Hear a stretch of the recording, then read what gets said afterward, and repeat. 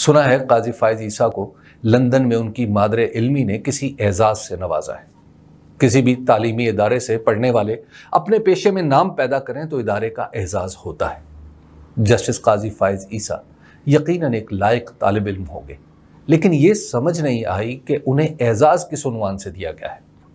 अगर बरतानिया के तालीमी इदारे कानून की वही तालीम दे रहे हैं जिसका मजहर जनाब काजी फायज ईसा है, तो यकीन मानिए इन तालीमी इदारों पर भी मातम करने को दिल चाहता है। क्योंकि काजी फायज ईसा ने कम से कम पिछले 2-2.5 बरसों में अपने ओहदे को इंतकाम के लिए इस्तेमाल किया है। इस अरसे में उनके लिखे हुए फैसले देख लीजिए, उनमें कानूनी इस्तदलाल तो कहीं कहीं है, अलबत्ता अपने बरादर जजों के लिए तानो तशनी और अपने मुखालिफिन के लिए बाजारी ज़ुबान के सिवा कुछ नहीं। उनके मकतूबात हों या अदालत में अदा किए गए कलमात कहीं से भी उनके तालीम याफ्ता होने का पता नहीं देते।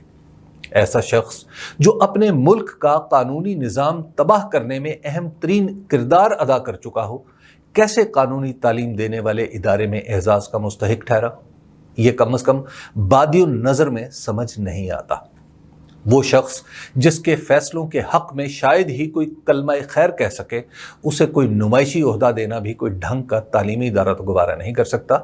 मालूम नहीं कि बरतानिया के इस इदारे ने उनमें क्या देखा जो पाकिस्तान में किसी को इनमें दिखाई नहीं दिया। अपने मुल्क में उनकी हैसियत तो ये है कि वो अगर खुद कानून पढ़ाने का कोई इदारा बना लें तो कोई उसमें दाखिला न ले। पाकिस्तानियों को इंतज़ार रहेगा कि जिस इदारे ने उन्हें किसी इनाम से नवाजा है, उसने जनाब में ऐसी कौन सी खसूसियात दरियाफ्त की हैं जो उन्हें किसी एजाज़ के काबिल बनाती हैं। दुनिया पर वो ज़माना गुजर चुका जब रियासत के ज़िम्मेदार एहतसाब से बालातर थे। ये नई दुनिया है।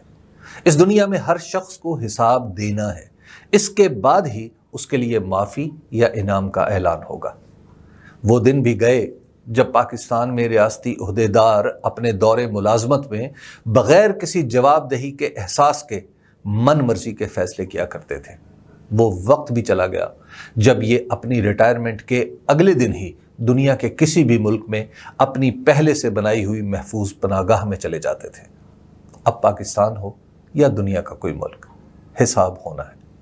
चलिए, रियासत इनके करतूतों का हिसाब न कर सकें न सही, लेकिन लोग कम से कम उनके सामने रोकर या आवाज़ बुलंद करके ही सही हिसाब तो मांगेंगे।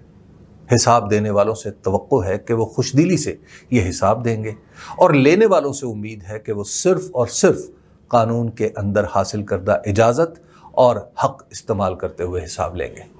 काजी फायज ईसा ने अगर कानून शिकनी की है, दस्तूर का मजाक उड़ाया है, तो उसका ये मतलब नहीं कि इनसे हिसाब दस्तूर और कानून के दायरे से बाहर निकल कर मांगा जाए। काजी फायज ईसा दस्तूर, कानून और अवाम के कटहरे में ही खड़े हों तो दुनिया के लिए इबरत होंगे। फातबिरू या उलिल अब्सार।